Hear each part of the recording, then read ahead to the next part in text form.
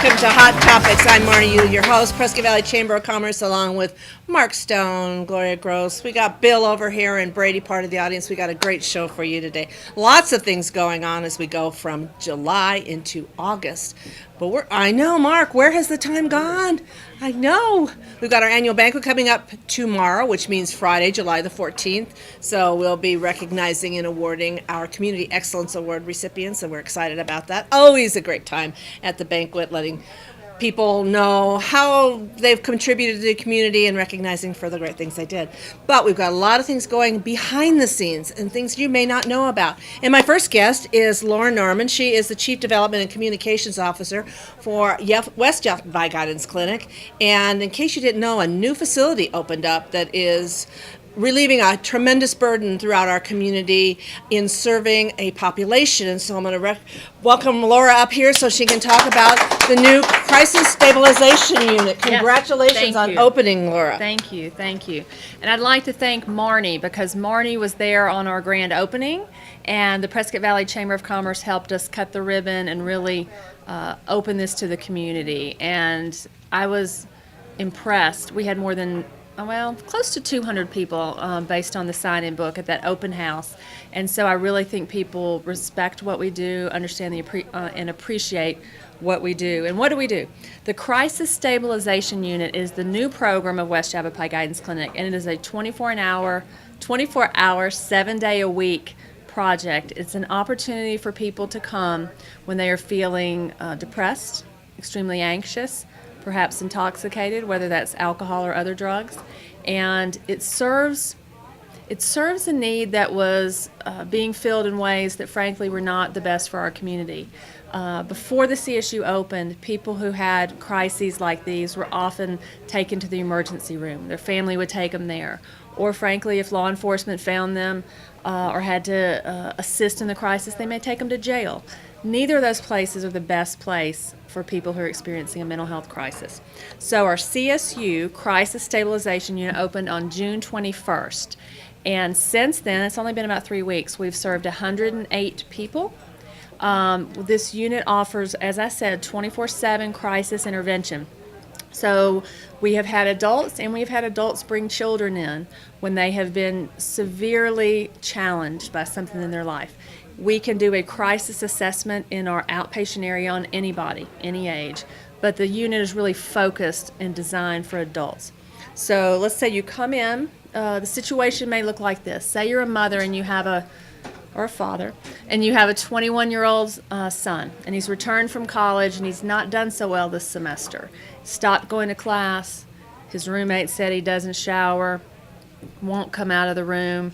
All of a sudden you have this concern that your star child is changing and maybe having some type of mental health issue. You don't know what to do. You've not dealt with this before. Where do I take my son? Now you don't have to wonder, well, is West Yavapai Guidance Clinic open? It's Tuesday at 6 p.m. Should I walk in there, or should I go to the emergency room? That mom, that dad should take that son to the Crisis Stabilization Unit we operate on East Ridge in Prescott Valley. Our staff will assess what's going on. They would sit down with him and say, what's changed? Why is your mom so concerned? Why aren't you going to class? And try to be that helping hand that he might need. If we're so concerned and we need more time, we could step him back into one of our observation chairs.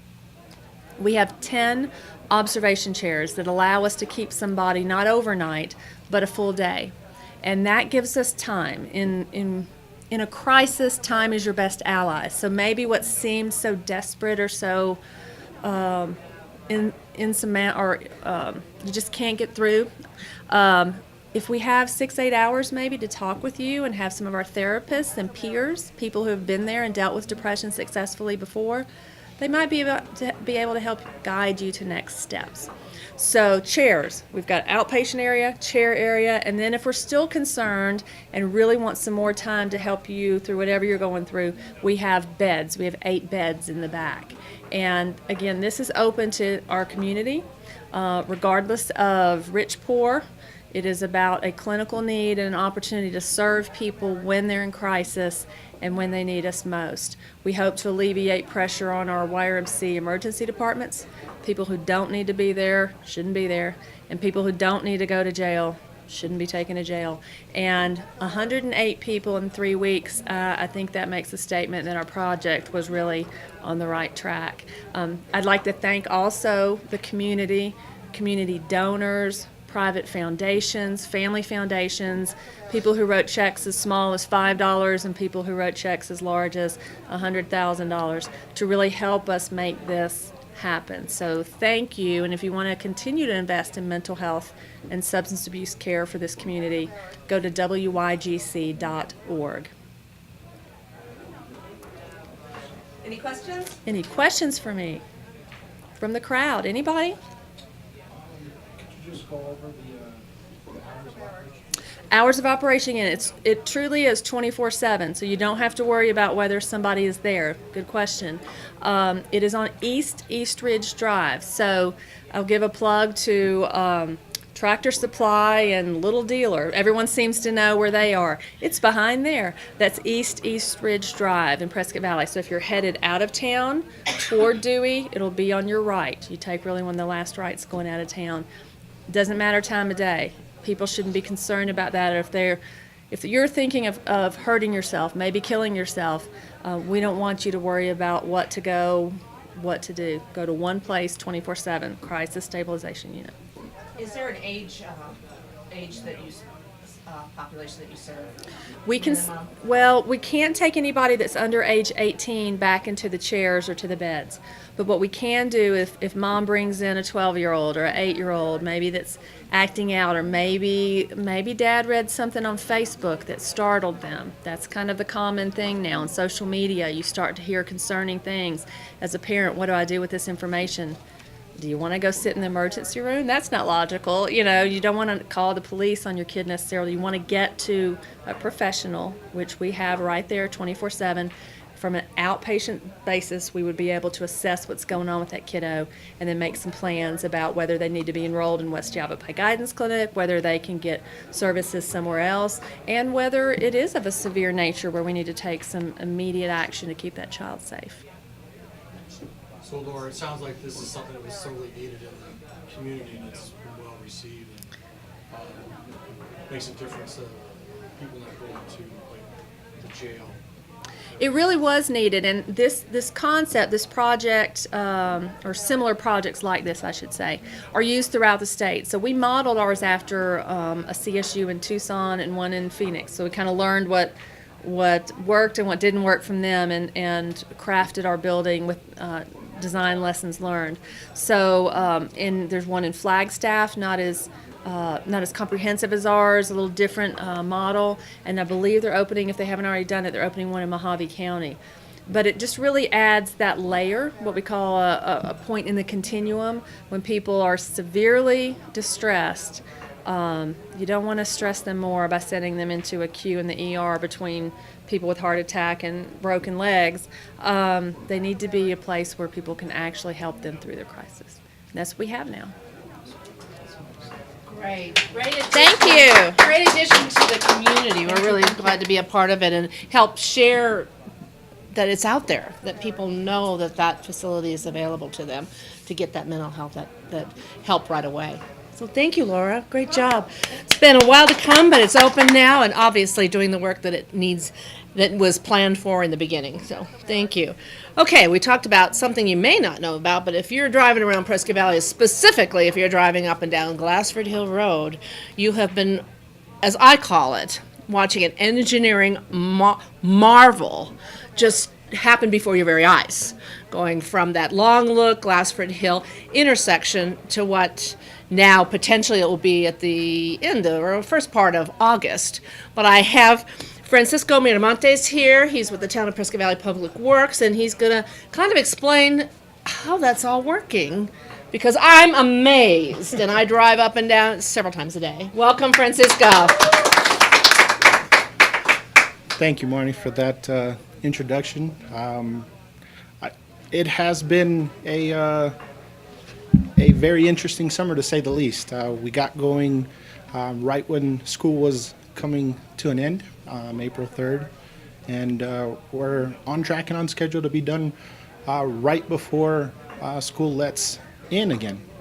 And that's coming up quick. I believe that's August 7th, You're going to see a ton of activity in the coming weeks, just trying to make it to that finish line and not disappoint the traveling public.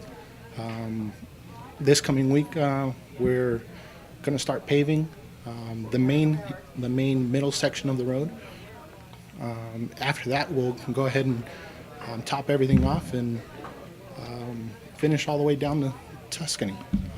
The project is again slated to be on track, and it's a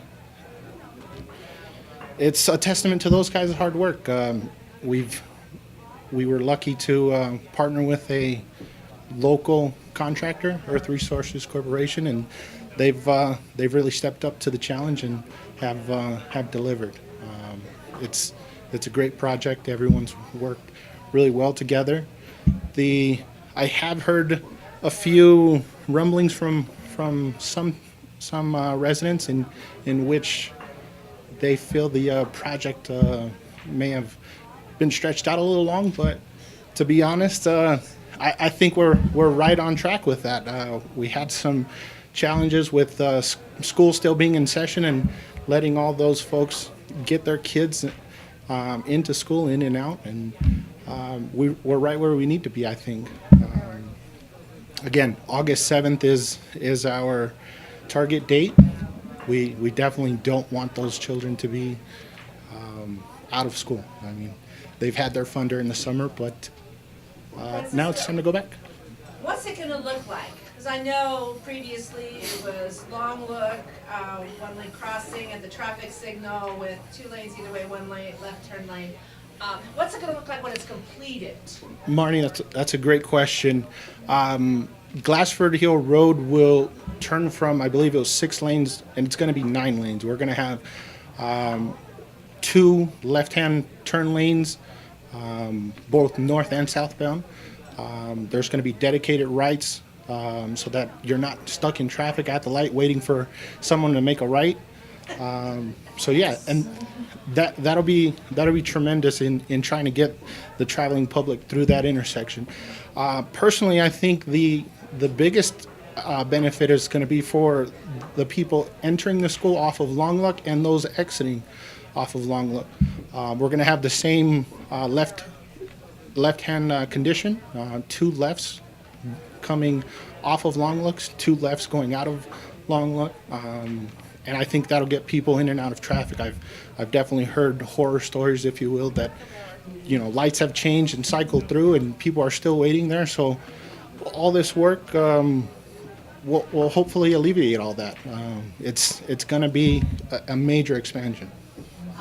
Now that you've got Glassford Hill going, Yes. and being beautiful and wonderful to go through, is there any future for getting 69 widened even more? Just I know- curious. I think on the weekends you can't drive it. I- It's an ADOT question. The 69 is governed by ADOT. I know they have some ideas with 69 in the works and queued up to go. But as far as widening it, to be honest, I'm not 100% sure. Okay, thank you. Yes. We love the stoplight. Great question. At the end of next week, we should start to see things come out of the ground and those signals start to be erected.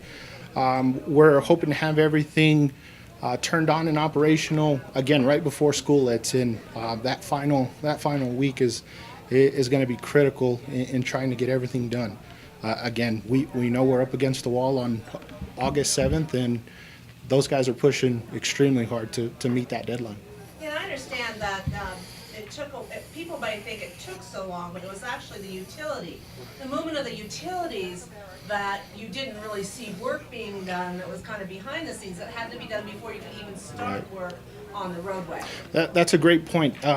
With that being a critical intersection, there was every utility you can imagine, and they all worked hard to get everything relocated and deep enough so that when Earth Resources Corporation went through, we didn't have any emergency type situations, and they haven't encountered that, and they've been great. A lot of coordination went into that, and those guys really pulled through in trying to get everything relocated in a timely manner. Have a question? Real quick, where you had the planning section all developed, okay, where you had all the trucks and everything and all the earth movers out there, and now that that's all kind of like leveled out and flattened out and everything, any chance of commercial businesses going into those different areas? On the corner, you know, on those two corners? On those two corners, they are utilizing those as a staging area. On the northeast corner, we did go ahead and like you said, did some earth moving and stockpiled material there. To be honest, that's up to the owner as far as what they choose to develop. It's a great site to have, just so that we didn't have that extra expense of hauling off all that extra material. But I don't know what's in the queue for that. Hopefully something good. Because I just figured it was ideal now, okay, now that it's ready to rock and roll. Right. Build. That's definitely what we need. A more building. Keep me busy. No, it's great. What's the speed limit gonna be for there? The speed limit, I believe it's going to be 35. I don't quote me on that, but I believe that's what it's going to be. I don't think we're changing that. I know we do get to a higher speed limit as we go further north on Glassford, but I think with that being a school area, that's kind of a safe speed limit for that area in particular. Only because you have to understand now the cars going in there, but there's pedestrians Right. crossing that are walking, so it's very important to Right, recognize that those students need to be safe. exactly. Yeah. Any other questions? Well, we look forward to being in town. Thank you. All I have to say is picture in your mind what it looked like before. It's now all upheaval, and then it's going to come back together, and you're going to start flowing traffic, and you're never going to realize what it was like before, because it's now happened, and you're being directed and moved so they can do the work they do, which means 25 miles an hour.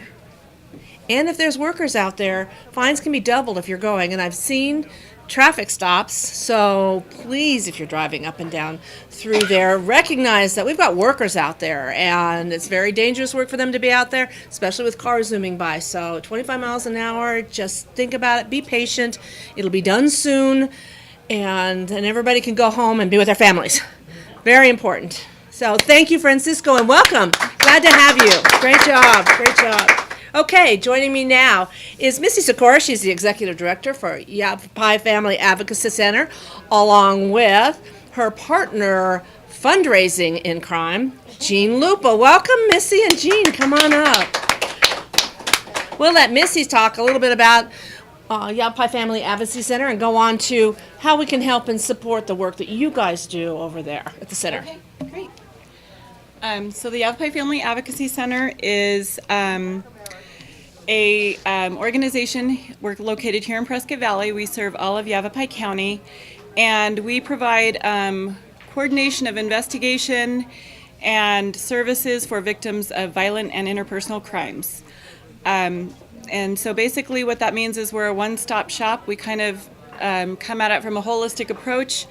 If a person has been a victim of a crime, we are responsible for coordinating what's called a multidisciplinary team in the county, and that consists of law enforcement, Department of Child Safety, medical personnel, therapists, advocacy, and what's known as a forensic interviewer. So if somebody has had been a victim of a sexual assault, child abuse, those kinds of things, the police will bring them to our center immediately, and we take care of them through the whole process. And what we see our role as is we support the victims through the process. We support them through the investigation. We have somebody meet them at the door, explain what's going to be happening, either the medical examination, the interview process, and then stay with them through that process and afterwards. So we provide counseling to victims. We connect them with community resources. We help them find housing assistance. We help them find shelter, really just kind of anything that they may need to try to get out of that situation.